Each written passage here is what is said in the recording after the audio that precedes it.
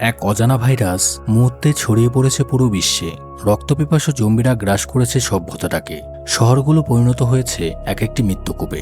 বেঁচে থাকার লড়াই যারা টিকে আছে তাদের একমাত্র লক্ষ্য সার্ভাইভ করা। তারা প্রতিটি মুহূর্তে ভয়ঙ্কর জম্বিদের হাত থেকে পালানোর চেষ্টা করছে। এই দুঃস্বপ্ন থেকে মুক্তির পথ কি আদৌ আছে, নাকি পুরো মানবজাতি ধ্বংস হয়ে যাবে? তৈরি হন এক ভয়ঙ্কর দুনিয়ায় প্রবেশ করার জন্য। হ্যালো সবাইকে, আমি অমিত, আর আপনারা দেখছেন সিনেমেটিক জার্নি। আর কোনো কথা না বাড়িয়ে শুরু করছি আজকের সিনেমা সাইলেন্ট জোন। সিনেমার শুরুতে আমাদেরকে একটি ভাইরাসের ব্যাপারে দেখানো হয়, যার সংক্রমণে মানুষজন নিজেদের উপরে নিয়ন্ত্রণ হারাতে থাকে। ধীরে ধীরে পৃথিবীতে ভাইরাসটি ছড়িয়ে পড়েছে। এই ভাইরাসটি সংক্রমণের 2 মিনিটের মধ্যেই মানুষদের জম্বিতে পরিণত করে ফেলে। তারপর আমাদের একটি পরিবারকে দেখানো হয়, যেখানে একটি মহিলা তার 2 বাচ্চাকে নিয়ে থাকত। বাচ্চা ছেলেটি বসে টিভিতে খুব আনন্দ নিয়ে কার্টুন দেখছিল। বর্তমানের এই অবস্থায় ছেলেটির মা তার বোনের বাড়িতে যাওয়ার জন্য ব্যাগ গোছাচ্ছিল। যাওয়ার আগে বাচ্চারা তার বাবার সাথে কথা বলে। তাদের বাবা দ্রুতই তাদের কাছে আসবে বলে তাদেরকে জানায়। আসলে মহিলাটির হাজব্যান্ড একজন পুলিশের পাইলট, তাই সে এখন তার পরিবারের কাছে আসতে পারছিল না। তারপর মহিলাটি তার বাচ্চাদের নিয়ে বাইরে যাওয়ার সময় ওপর থেকে কিছু শব্দ আসতে থাকে। মনে হচ্ছিল যেন ঘরের ভেতর কেউ ঢুকে পড়েছে। তাই মহিলাটি দ্রুত বাচ্চাদের নিয়ে গাড়ির কাছে চলে আসে। তাদের ঘরে একটি জম্বি ঢুকে পড়েছিল। মহিলাটি গাড়ির ভেতর ঢোকার আগেই জম্বিটি তার উপর আক্রমণ করে দেয়। জম্বিটি 2টি বাচ্চার মধ্যে একজনকে মেরে ফেলে, কিন্তু এভি নামের বাচ্চাটি গাড়ির নিচে লুকিয়ে পড়ে। জম্বিটি এভিকে দেখতে না পেয়ে সেখান থেকে চলে যায়, কিন্তু এভি নিজের চোখের সামনে তার মা এবং ভাইকে মারা যেতে দেখে প্রচণ্ড কষ্ট পায়। এভি যখনই গাড়ি থেকে বাইরে আসার চেষ্টা করে তখন তার মা জম্বি হয়ে যায় এবং তাকে মারার জন্য সামনে আসতে থাকে। তখনই সেখানে ম্যাক্স নামে একজন আর্মি সদস্য এসে তাকে বাঁচিয়ে ফেলে। ম্যাক্স এভিকে ভয় পেতে না করে এবং তার বুকে জড়িয়ে নেয়। তখন এভির ছোট ভাইটিও জম্বি হয়ে যায়। ম্যাক্স তখন এভিকে কানে হাত দিয়ে চোখ বন্ধ করতে বলে তার ভাইকে গুলি করে দেয়, কারণ এটা ছাড়া আর কিছুই করার ছিল না। আর এইভাবেই দেখতে দেখতে 10 বছর পার হয়ে যায়। বর্তমানে জম্বি ভাইরাসের সংক্রমণের কারণে পুরো পৃথিবী ধ্বংসস্তূপে পরিণত হয়ে গিয়েছিল। পৃথিবী থেকে জম্বি ভাইরাস শেষ করা না গেলেও মানুষের অস্তিত্ব প্রায় শেষ হয়ে গিয়েছিল। কেবলমাত্র কিছু সংখ্যক মানুষ বেঁচে আছে। যে কজন মানুষ পৃথিবীতে অবশিষ্ট ছিল তারা লুকিয়ে থেকে এখন নিজেদের প্রাণ বাঁচানোর চেষ্টা করে যাচ্ছে। তাদের মধ্যে এবি এবং ম্যাক্সও ছিল। এবি অনেকটাই বড় হয়ে গিয়েছে। যেহেতু ম্যাক্স একজন সৈনিক ছিল, তাই সে এভিকে কিভাবে জম্বিদের সাথে লড়াই করে পৃথিবীতে টিকে থাকতে হবে এবং নিজের জন্য শিকার করতে হবে সে ব্যাপারে ট্রেন করছিল। তাই এভির নিশানা কতটা নিখুঁত ম্যাক্স তা পরীক্ষা করার জন্য তাকে একটি শিকার করতে বলে। এবি খুব সহজে জন্তুটাকে শিকার করে ফেলে। এটা দেখে ম্যাক্স খুব খুশি হয়ে যায়। তারপর সে জন্তুটির মাংস নিজেদের খাবারের জন্য সংগ্রহ করতে থাকে। রাত হয়ে যাওয়ায় তারা এখানে থাকার সিদ্ধান্ত নেয়। ম্যাক্স তখন একটা ম্যাপ দেখে বুঝে নেয় তারা এখন কোথায় আছে এবং পরবর্তীতে তারা কোথায় যাবে। তারপর ম্যাক্স চারদিকে তালার জাল বিছিয়ে দেয়, যাতে কোনো জম্বি এখানে আসলে সে শব্দ শুনতে পায়। তার পাতা ফাঁদটি কাজে লেগে যায়, কারণ রাতে যখন ম্যাক্স ঘুমিয়েছিল তখন সে একটি শব্দ শুনতে পায়। সে চুপচাপ বাইরে আসে। তখন একটি জম্বি তার উপর আক্রমণ করে দেয়, কিন্তু ম্যাক্স খুবই দক্ষ একজন সৈন্য ছিল, তাই সে সেখানে জম্বিটিকে মেরে ফেলে। তখন সে এভিকে বলে এখানে আরো জম্বি আসতে পারে, তাই আমাদেরকে এখান থেকে চলে যেতে হবে। তারপর তারা তাদের জিনিসপত্র এবং ঘোড়া দুটিকে নিয়ে সামনে এগোতে থাকে। হঠাৎ তারা গুলির শব্দ শুনতে পায়। ম্যাক্স তখন সেখানে একটি গাড়ি দেখতে পায়, যেখানে কিছু মানুষও ছিল। লোকগুলো যাতে তাদেরকে আক্রমণ না করে তাই এভি তাদের উপর বন্দুক তাক করে, কিন্তু তখনই তাদের উপর একটি জম্বি আক্রমণ করে। ম্যাক্স এভিকে নিষেধ করার পরেও সে জম্বিটিকে গুলি করে দেয়, কিন্তু নিশানা ভুল হওয়ার কারণে গুলিটি সেই ভালো লোকটির গায়ে গিয়ে লাগে। এসব দেখে ম্যাক্স অনেক রেগে যায় এবং সে এভিকে বলতে থাকে আমি মানা করার পরেও তুমি কেন গুলি করেছ? তাই এখন বাধ্য হয়ে আমার লোকটিকে মারতে হবে। তারপর ম্যাক্স আহত লোকটিকে মেরে ফেলে এবং তাদের কাছে থাকা প্রয়োজনীয় জিনিসপত্র নিয়ে সেখান থেকে যেতে থাকে। কিন্তু তখনই সেখানে গাড়িতে করে অনেকগুলো মানুষ চলে এসে ম্যাক্স এবং এভিকে ঘিরে ফেলে। তারা ম্যাক্সকে বলে তোমরা আমার লোকদের মেরে মোটেও ঠিক করোনি, এখন তোমাদেরও মরতে হবে। তখন গাড়ির ভেতর থেকে মেগান নামে একজন মহিলা বের হয়ে আসে এবং ম্যাক্সকে বলতে থাকে দেখো আমরা কোনো খারাপ মানুষ না, তুমি শান্ত হও, আমরা তোমাকে কোনো ক্ষতি করব না। কিন্তু তখনই হাজার হাজার জম্বি মৌমাছির মতো তাদের ঘিরে ফেলে। তখন ম্যাক্স এবং বাকি লোকজন মিলে জম্বিগুলোকে মারতে শুরু করে, কিন্তু জম্বিগুলোকে মেরে যেন কোনোভাবেই শেষ হচ্ছিল না, কারণ তারা সংখ্যায় অনেক বেশি ছিল। সেখানে আমরা জম্বি এবং মানুষগুলোর মধ্যে দারুণ একটা লড়াই দেখতে পাই। এই লড়াই ম্যাক্স, এবি, মেগান এবং তার হাজব্যান্ড জেমস গাড়িতে করে সেখান থেকে পালিয়ে যেতে পারলেও বাকি সব লোকজন সেখানেই মারা যায়। রাস্তায় ম্যাক্স মেগানকে জিজ্ঞেস করে তোমরা কে, কোথা থেকে এসেছো এবং এখানে কি করছিলে? তখন মেগান বলে, এখান থেকে কিছুদিনের দূরত্বে একটা কলোনি আছে যেখানে মানুষরা বসবাস করে এবং সেখানে প্রয়োজনীয় সবকিছুই আছে। আর অল্প কিছুদিনের মধ্যেই আমার সন্তান পৃথিবীতে আসতে চলেছে, তাই আমি সেখানে যেতে চাই যাতে আমি আমার সন্তানের সাথে থাকতে পারি আর আমার সন্তান বাকি মানুষদের সাথে ভালোভাবে বাঁচতে পারে। কিন্তু আমাদের সাথে আসা সবাই মারা গেছে। তখন ম্যাক্স তাকে বলে, এখানে কোনো কলোনি নেই। আমি 10 বছর ধরে এখানে ঘুরে বেড়াচ্ছি কিন্তু আজ পর্যন্ত কোনো মানুষ দেখতে পাইনি। তখন তাদের গাড়িটি নষ্ট হয়ে যায়, তাই সবাই হেঁটে চলতে শুরু করে। তারপর তারা একটি সোসাইটিতে চলে আসে যেখানে অনেক বড় বড় বিল্ডিং ছিল, কিন্তু এই জায়গাটি পুরোপুরি ধ্বংস হয়ে গিয়েছিল। কোনো মানুষের অস্তিত্ব ছিল না এখানে। তাই তারা রাতে এখানে থাকার সিদ্ধান্ত নেয়। রাতে ম্যাক্স একটি ম্যাপ দেখিয়ে জেমস এবং মেগানকে বলে, এই নদীর কিনার দিয়ে সামনে গেলেই হতে পারে মানুষের কলোনি তোমরা পেয়ে যাবে।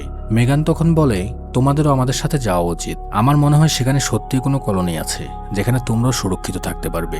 কিন্তু ম্যাক্স তখন বলে, দেখো, আমার মনে হয় সেখানে এসব কিছুই নেই, আর যদি যেতে হয় তোমরা যেতে পারো, আমি সেখানে যেতে পারবো না। তখন এবিগেল ম্যাক্সকে বোঝায় যে আমাদের তাদের সাথে যাওয়া উচিত, হতে পারে সেখানে আসলেই কোনো কলোনি রয়েছে।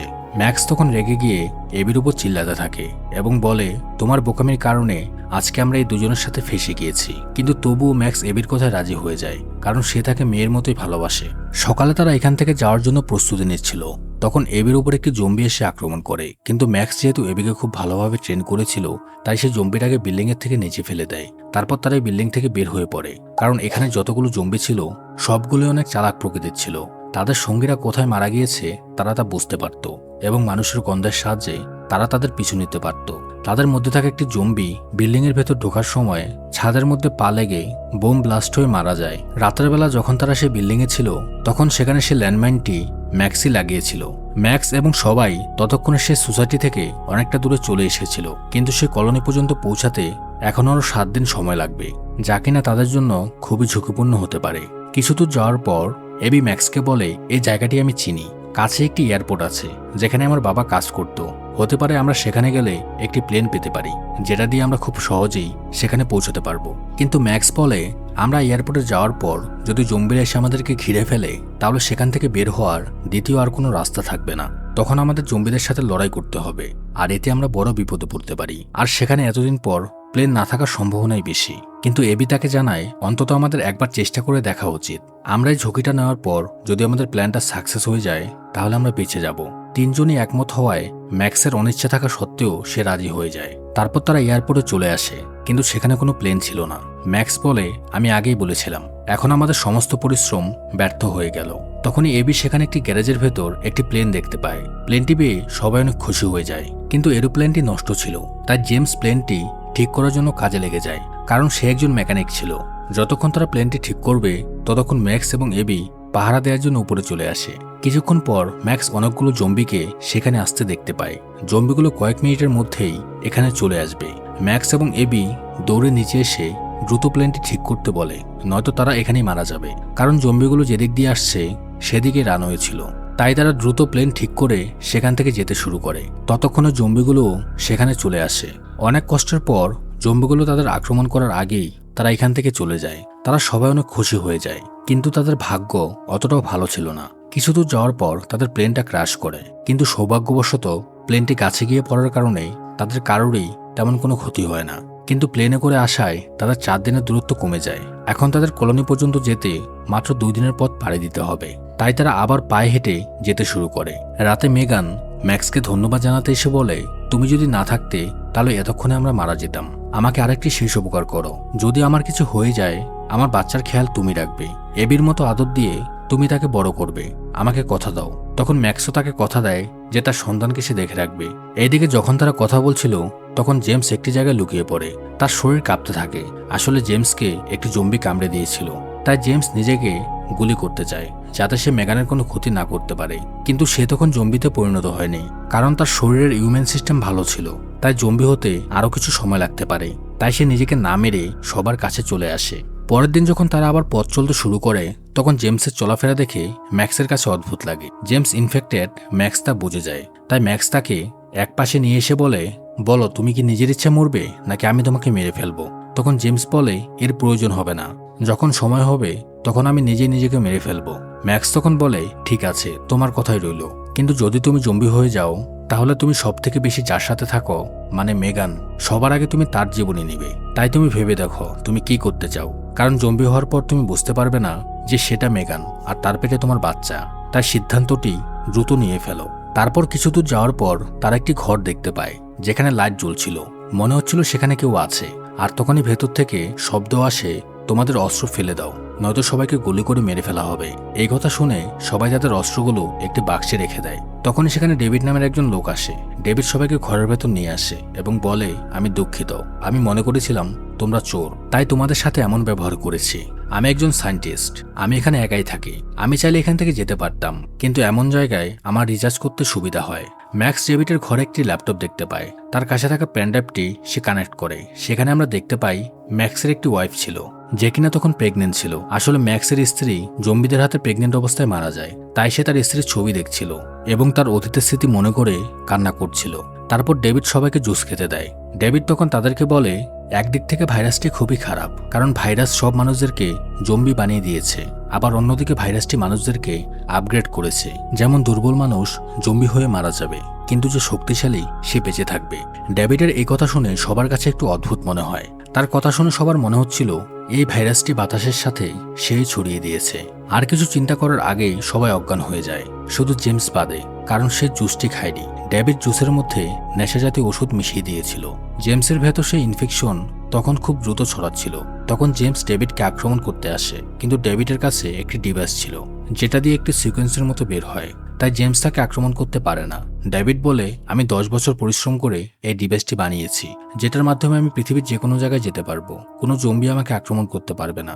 যেহেতু এই ডিভাইসটি তোমার উপর কাজ করেছে, তার মানে তুমিও ভাইরাসে আক্রান্ত। তারপর ডেভিড সবাইকে বেঁধে ফেলে এবং সবাইকে জিজ্ঞেস করে, তোমরা কি আমার ওয়াইফের সাথে দেখা করতে চাও? তারপর সে তার ওয়াইফকে সেখানে নিয়ে আসে, যেখানে একটা জম্বি ছিল। তার ওয়াইফের ক্ষুধা মেটানোর জন্যই মানুষদেরকে ধরত। আর এবার সে 4টা শিকার পেয়ে গিয়েছিল। তার জম্বি ওয়াইফ জেমসের উপর হামলা করলে জেমসও তখন তার ওয়াইফের উপর হামলা করে দেয় এবং সবার বাঁধন খুলে দেয়। তারপর সেখান থেকে যাওয়ার সময় তারা ডেভিডের গাড়ির চাবি নিয়ে তার গাড়ি নিয়ে সেখান থেকে পালিয়ে যায়। ডেভিড তখন প্রচণ্ড রেগে যায়, কারণ তার স্ত্রী তখনও ক্ষুধার্ত ছিল, তাই সে তখন তাদের পিছু নেয়। এদিকে ম্যাক্স গাড়ি চালাতে থাকে। শব্দ পেয়ে জঙ্গলে থাকা হাজারো জম্বি তাদের পেছনে আসতে থাকে। দ্রুত গাড়ি চালিয়ে তারা কলোনির দিকে যাচ্ছিল। তখন রাস্তায় পড়ে থাকা একটি গাছের কারণে তাদের গাড়ি থেকে বের হয়ে যেতে হয়। জম্বিগুলো তাদেরকে চারদিক থেকে ঘিরে ফেলে। মনে হচ্ছিল তারা সবাই এখানেই মারা যাবে। তখন জেমস তাদেরকে বলে, তোমরা সবাই এখান থেকে চলে যাও, কারণ আমি এমনিতেও কিছুক্ষণের মধ্যে জম্বি হয়ে যাব। কিন্তু মেগান তখন জেমসকে ছেড়ে যেতে চাইছিল না। তখন জেমস মেগানকে বোঝায়, তোমাকে আমাদের সন্তানের জন্য বাঁচতে হবে। তুমি আমার সন্তানকে বলো যে তার বাবা তাকে অনেক ভালোবাসত। তারপর জেমস তখন সবগুলো জম্বির উপর ঝাঁপিয়ে পড়ে এবং খুব সাহসিকতার সাথে তাদের সাথে লড়াই করতে থাকে। আর ততক্ষণে সবাই সে কলোনির কাছাকাছি পৌঁছে যায়। তখন একটি জম্বি জেমসকে মেরে ফেলে, কিন্তু জেমসের কারণেই তারা কলোনির সামনে যেতে সক্ষম হয়েছিল, যেটা কিনা অনেক বড় বড় পুরাতন জাহাজ জড়ো করে নদীর মাঝখানে তৈরি করা হয়েছিল। কলোনির লোকজন তাদের পেছনে যে জম্বিগুলো ছিল তাদেরকে মেরে ফেলে তাদের কাছে নিয়ে আসে। এখানে আসার পর মেগানের ডেলিভারির সময় হয়ে গিয়েছিল, তাই সেখানে একটি মহিলা তাকে ডেলিভারির জন্য সাহায্য করে। পরের দিন সকালে ডেভিড নামে সেই লোকটি ম্যাক্স এবং বাকি সবার পিছু করতে করতে সেই কলোনি পর্যন্ত চলে আসে, যেখানে সে অনেকগুলো জম্বিকে মৃত পড়ে থাকতে দেখে। তখন সে জেমসের দেহটি দেখে বলে, তোমার কি মনে হয় তারা কি তাদের ভাগ্য পরিবর্তন করতে পারবে? এটা কখনোই সম্ভব না। আমি সব মানুষদেরকে দেখিয়ে দেব তারা জম্বিদের সামনে কোনো কিছুই না। এদিকে মেগান তার সন্তানের জন্ম দিয়েছিল। তখন মহিলাটি ম্যাক্সের সামনে এসে বলে, আমি খুবই দুঃখিত, আমি সন্তানকে বাঁচাতে পারলেও মাকে বাঁচানো যাবে না। কয়েক ঘন্টার পরই সে মারা যাবে। তুমি চাইলে শেষবারের মতো তাকে দেখে আসতে পারো। ম্যাক্স মেগানের সাথে দেখা করতে গেলে মেগান তাকে বলে, তুমি আমাকে যে কথা দিয়েছিলে সেটা মনে আছে তো? এখন সময় এসে গেছে তোমার ওয়াদা পালন করার। ম্যাক্সও তখন ইমোশনাল হয়ে বাচ্চাটিকে কুলে তুলে নেয়, কারণ ম্যাক্সের ওয়াইফ এবং তার অনাগত সন্তানকেও জম্বিগুলো মেরে ফেলেছিল। এদিকে ডেভিড তার ডিভাইস দিয়ে অ্যাটাক করে সব জম্বিগুলোকে কলোনির ভেতর নিয়ে আসে। জম্বিগুলো ভেতরে চলে আসায় সব মানুষ এদিক ওদিক ছুটতে শুরু করে। জম্বিগুলো এক এক করে সব মানুষদের উপর আক্রমণ শুরু করে। কলোনির সবাই জানতো আজ নয়তো কাল জম্বিরা এখানে চলে আসবে, তাই তারা সেখানে থাকা টানেলের ভেতর দিয়ে যেতে শুরু করে, যা কিনা নদীর ভেতর দিয়ে দূরে একটি দ্বীপে গিয়ে শেষ হয়। আসলে এই টানেলটি বহু বছর আগে বাঁধ তৈরি করার জন্য করা হয়েছিল। সে বাঁধটির কাজ সম্পূর্ণ হয়নি, কিন্তু সুড়ঙ্গটি সেখানে রয়ে গিয়েছিল।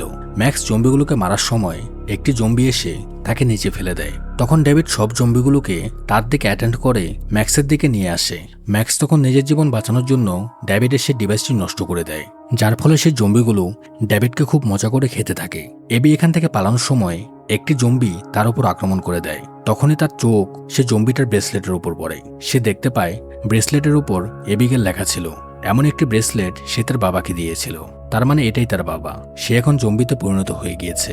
জম্বিটি যখন ম্যাক্সকে মেরে ফেলতে নেয় তখন নিজের অনিচ্ছা থাকা সত্ত্বেও এবি তার জম্বি বাবাকে মেরে ফেলে। তারপর তারা সবাই কলোনি থেকে বাইরে চলে আসার পর সেখানে বুম ব্লাস্ট করে পুরো জায়গাটা উড়িয়ে দেয়। কলোনিটি ধ্বংস হয়ে যাওয়ার পর সবাই অনেক চিন্তায় পড়ে যায়। তখন ম্যাক্স তাদেরকে চিন্তা করতে বারণ করে এবং সবাইকে বলে, আমরা এখন নদীর কিনার দিয়ে সামনে এগিয়ে যাব, আমরা সেখানে নতুন কোনো কলোনি পেয়ে যেতে পারি।